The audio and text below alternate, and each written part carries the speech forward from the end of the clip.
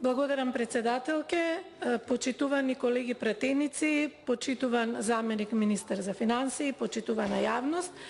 Го разгледуваме ребалансот на буџетот за 2024 година. Сите ни е јасно дека буџетот е главен финансиски документ кој ни информира за тоа како се управува со јавните средства во една држава и очекувано е тој да биде одговор на потребите на граѓаните. Но денес стои пред нас еден документ кој што не ветува дека владата ќе води грижа за потребите на граѓаните, иако тоа го ветуваше во секоја втора реченица во предизборната кампања која што беше само пред некој месец. Впечатокот кој што веднаш ќе го добиете ако го разгледате ребалансот на буџетот е дека владата е во тотален хаос и не знае што прави. Изгубеноста помеѓу тоа што го ветуваше и кадарноста тоа да го реализира се виде многу јасно уште во првите месеци од низиното владење. Ребалансот на буџетот е секогаш важен документ за секоја нова влада, бидејќи преку него покажуваат кои политики ќе ги менуваат во следниот период. Тој ребаланс дава смерница на активностите кои што треба да се предвидат и реализираат во периодот што следува. Ваквата состојба на хаос за мене не е изненадување, бидејќи ако ја прочитате програмата на владата, но и ако ги видите кадровските решенија кои што таа ги понуди во овој период и тоа на сите нивоа, јасно зборуваат дека не треба да имаме никакви очекувања. Ако владата на СДСМ во економската сфера беше фокусирана на зголемување на платите, на зголемување на социјалната помош, надминување на здравствената, економската, енергетската криза, низ кој минуваше целиот свет, актуелната влада предводена од ВМРО ДПМН очигледно дека нема фокус. Влегува во целосен хаос, а тој хаос за кратко ќе го почувствуваат граѓаните. Дури признати експерти од финансиската сфера, ребалансот на буџетот го нарекуваат загрижувачки. Зошто е таа така? Јавниот долг се проектира да надмине 68% од бруто домашниот производ до крајот на годината, што значи зголемување од 10% поени од нивото од првиот квартал. Буџетскиот дефицит е покачен за цели 36%, односно е 4,9 од бруто домашниот производ, а некои предвидуваат дека тој ќе стигне и 6%. За 7 години владата на Социјалдемократскиот сојуз на Македонија успеа да го намали буџетскиот дефицит на 3,6% и да го намали јавниот долг на 55%. И најавувам, сето ова се случуваше не немам туку потенцирам дека сето ова се случуваше во време на сериозни кризи со кои што тогашната влада мораше да се справува за да излезе во пресред и на граѓаните и на стопанството. За само еден месец оваа влада покажа дека ниту ќе се грижи за државата, ниту ќе се грижи за граѓаните. Процентот на јавниот долг, што таа го проектира, е спротивен на маштриските декларации, а со тоа сериозно ќе се наруши и кредитниот и финансискиот рейтинг на државата. И најверојатно тоа е причината зошто заеми ќе се земаат надвор од институциите и законите, ќе се прават договори во 4 очи и спасот ќе се бара во некои кинески кредити. Ребалансот на буџетот јасно покажува дека ВМРО, ДПМН и коалицијата не се грижат за работниците, немаат намера да почитуваат колективни договори, нема пораст на минималната плата, нема покачување на платите на работниците. Нивната лажна грижа ја искажуваат низ тоа што велат добро е ќе има заплати. Бидете среќни што ќе има заплати, оти буџетот е една голема хаварија. И сега не знам кога во изминатиот период немало плати и зошто ова треба да се смета за едно херојско дело. Па така да подсетам, во изминатиот период не само што имаше плати, туку се покачија платите на 37.000 вработени во образованието. Се покачија платите на 12.000 вработени во МВР. Се покачија платите на 3.500 вработени во културата, за кои што уште на првиот прес Министерката за финансии рече дека се незаслужени плати. Се покачија платите на 2.600 вработени во судството, на 20.000 вработени во здравството, на 4.000 вработени во високото образование. што значи над 92.000 вработени во администрацијата добива и плати и покачувања. Дали беше доволно? Не. За тие кризи кои што ги доживувавме и во кои што се најде целиот свет, секако не, но сепак политиката на зголемување на плати постојано се одржуваше.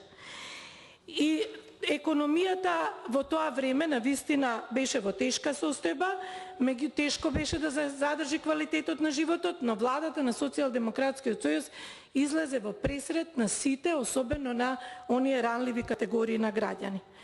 За разлика од погори искажаното, со овој ребаланс во буџетот сосема е јасно дека не се предвидува покачување на платите ниту во еден сектор. Не го земаат во предвид ниту барањето на синдикатите за зголемување на минималната плата од 450 евра. Со ова покажаа дека нема да ја почитуваат политиката на континуирано зголемување на платите.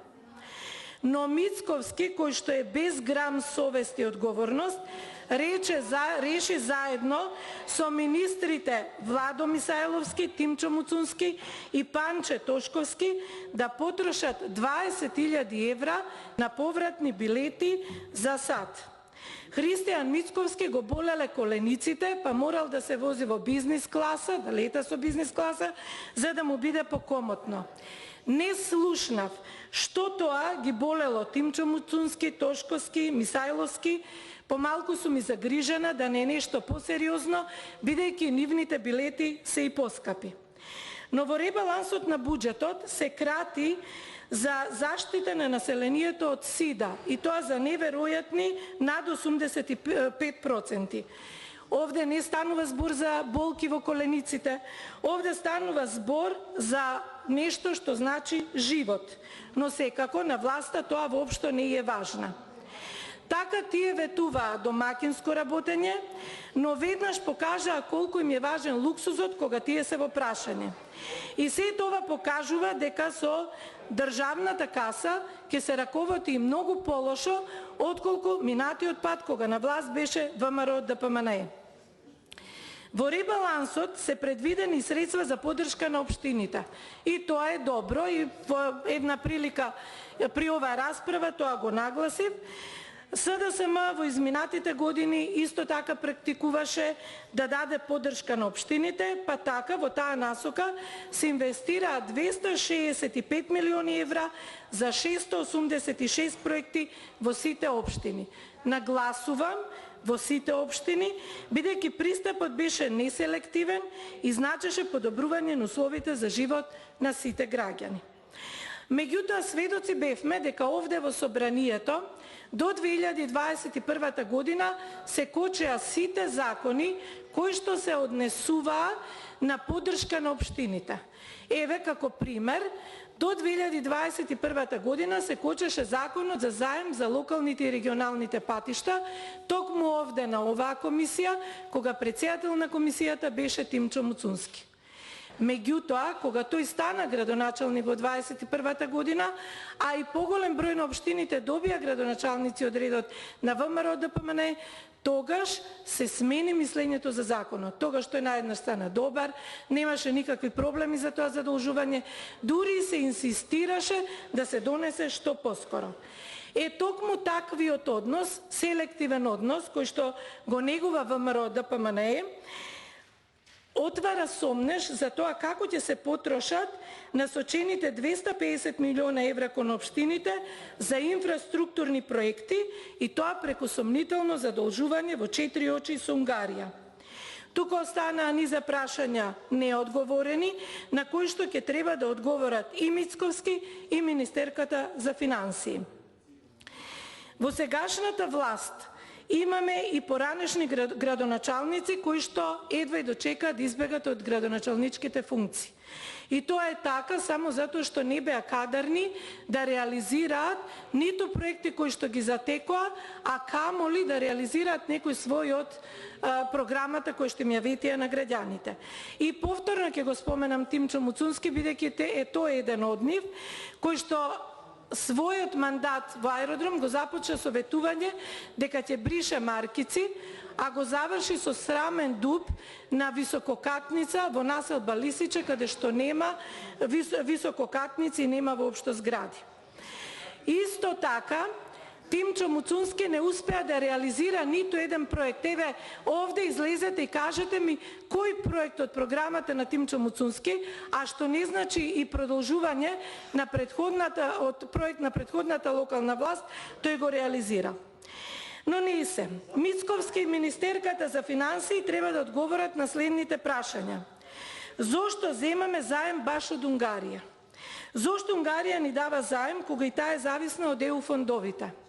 Зошто Унгарија зема кредит пак од кинеска банка во истата висина каква што нам ни е ветена? Кои се условите за овој заем? Дали има скриени клаузули? Зошто е предвидено до...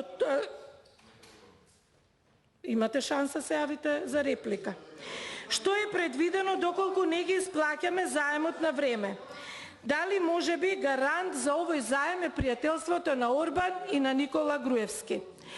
Во име на транспарентноста за која толку многу зборувавте и критикувавте, треба да одговорите на овие прашања. Кога зборуваме за напредок во едно општество, сите овде присутни во салата сме согласни дека без квалитетно образование тоа не може да се постигне. Меѓутоа, очигледно дека не сите исто се грижиме за образованието. Ако го разгледате ребалансот на буџетот, кој што се однесува на Министерството за образование и се задржите на програмата Т, инвестиции во образованието, ќе видите дека има планирано намалување на буџетот. Исто така, во ова министерство има намалување на средствата и за развојните програми во основно и средно образование. Програмата која што се однесува на изградба на основни училишта има намалување за 10 милиони денари. Програмата која што се однесува на реконструкција на основните училишта има намален буџет од 40,7% или за 102 милиони денари помалку. Програмата која што се однесува за изградба на училишни спортски сали во основните училишта имал помал буџет за 43 милиони денари. Програмата за изградба на средни училишта со ребалансот во буџетот има помалку 26 милиони денари. Програмата која што се однесува на реконструкција на средни училишта е намалена за 75 милиони денари. Програмата за реконструкција на ученичките домови со овој буџет е намалена за 4,5 милиони денари. Програмата за изградба и реконструкција на студентските домови е намалена за 8 милиони денари. Да подсетам дека владата предводена од СДСМ обезбеди проекти и средства за енергетски ефикасна рехабилитација на студентските домови и сите постапки се завршени. Проектот ги офаќа сите 9 државни студентски домови во Скопје, Прилеп, Битола, Штип и Охрид и се реализира со заем од Германската развојна банка од 20 милиони евра и грант од 5 милиони евра преку програмата за регионална енергетска ефикасност во Западен Балкан на Европската унија. Се кратат средства и за проекти во основното образование, како и проекти за средното образование. Ова значи кратење од програми кои значат инфраструктурно подобрување, помош на дечињата кои што се во ранливата група, потоа значат напредување во кариерата на наставниците. Сега не знам што од ова не е толку битно, па се скратени средствата токму од овие програми, а да подсетам дека преку овие програми и проекти се обезбедија средства за опремување на сите кабинети по природни науки во основните училишта. Вака намалените средства значи дека ќе нема никакво подобрување на инфраструктурата и воопшто на условите во кои што ќе работат наставниците, ќе учат дечињата. Па така на градоначалниците на ВМРО ДПМНЕ ќе им останат да се пофалат со фотографиите од отварање на некои училишта кои што претходно ги обезбедија, ги изградија и реновираа владата предводена од СДСМ. Впечатливо е намалување на средствата за наука. Оние кои што не пропуштаа прилика додека беа опозиција да зборуваат колку е важно да се унапреди науката и истражувањето, сега кога станаа власт ги скратија средствата за наука. Во ребалансот на буџетот има кратење на средствата за 76 милиони денари за научно-истражувачката работа и 1 милион денари за програмата Стратегија за паметна специализација.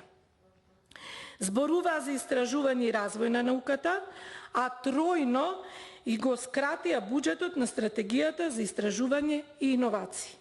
Морам да нагласам дека оваа стратегија е во корелација со повеќе европски стратешки документи и иницијативи поврзани со агендата за Западен Балкан за истражување и иновации.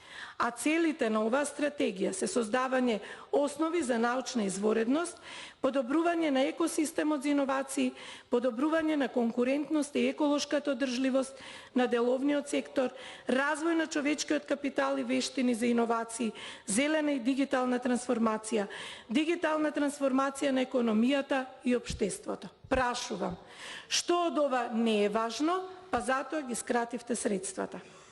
Ако пак ја погледнеме програмата на владата предводена од ВМРО ДПМНЕ, во делот на образование ќе видиме дека тие се обврзале на раст на платите на наставниците, што нема да се случи, зголемување на средствата за наука, што не е така, сеопфатно подобрување на образовната инфраструктура. За жал, со понудениот ребаланс покажаа дека за тоа воопшто не им е грижа.